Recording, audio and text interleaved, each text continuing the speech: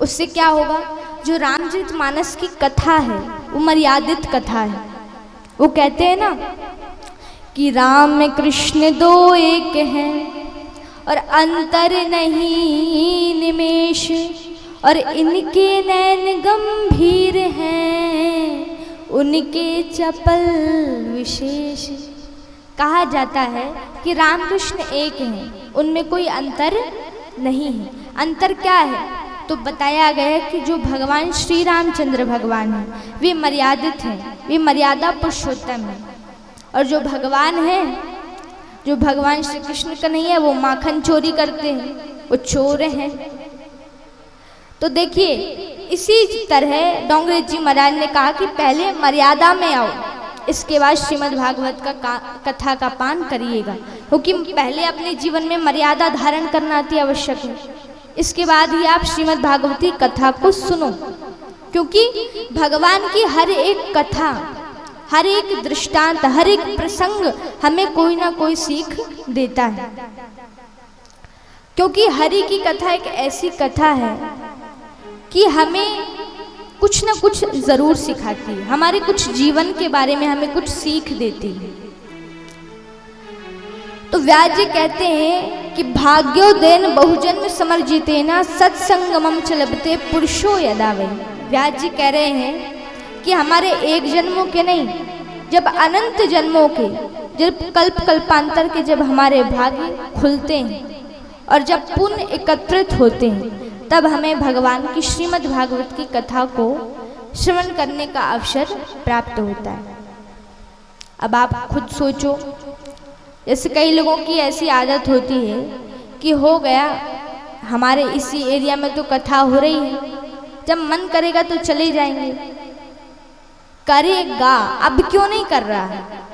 क्यों नहीं कर रहा है? क्योंकि प्रभु नहीं चाहते कि तुम वहां जाओ। तुम्हारा मन तभी करेगा जब मेरे प्रभु चाहेंगे। अभी नहीं कर रहा है, कथा तो हो रही है मगर मन नहीं कर रहा है। मन तभी करेगा जब मेरे ठाकुर जी बोलेंगे। तो आप खुद नहीं आते हैं, आपको ठाकुर जी लेकर के आते हैं, क्योंकि आपको ये कथा लिखी है। क्योंकि वो कहते हैं ना कि कर्म प्रधान विश्व करी राखा, कर्म ही प्रधान है। जिस प्रकार का हम कर्म करते हैं उसी के अनुसार हमें फल भी प्राप्त होता है। हम अच्छा कर्म करते हैं तो हमें अच्छी फल प्राप्त होती है, अच्छी अनुभूति होती है, और अगर हम गलत कर्म करते हैं तो उसका फल भी हमें जल्दी ही प्राप्त होता है। अब आप लोगों ने पूर्व काल में कुछ अच्छे ऐसे कर्म किए होंगे कि आज आपको भागवत की कथा प्राप्त हो रही है, क्योंकि भगवान की लालित्यमयी कथा, आनंददायिनी कथा हर किसी को प्राप्त नहीं होती, कुछ लोगों को प्राप्त होती है। इसलिए भगवान की कथा को चित्त लगा करके सुननी चाहिए, भगवान की कथा को चित्त को एकाग्र करके सुननी चाहिए। क्योंकि कहा जाता है, श्री व्यास जी महाराज कहते हैं कि मुखम पवित्रम यदि राम नामम, हृदय पवित्रम यदि ब्रह्म ज्ञानम, और हस्तम पवित्रम यदि दान पुण्यम, और चरणम पवित्रम यदि तीर्थ गमनम। भगवान प्रत्येक कथा में, भगवान प्रत्येक प्रसंग में यह बात कहते हैं कि देखो, हमें ये जो मनुष्य का जन्म मिला है, हमें ये जो मनुष्य का अवतार मिला है, मनुष्य के जन्म मिला है, ये हमारे कर्मों को सुधारने के लिए बना है।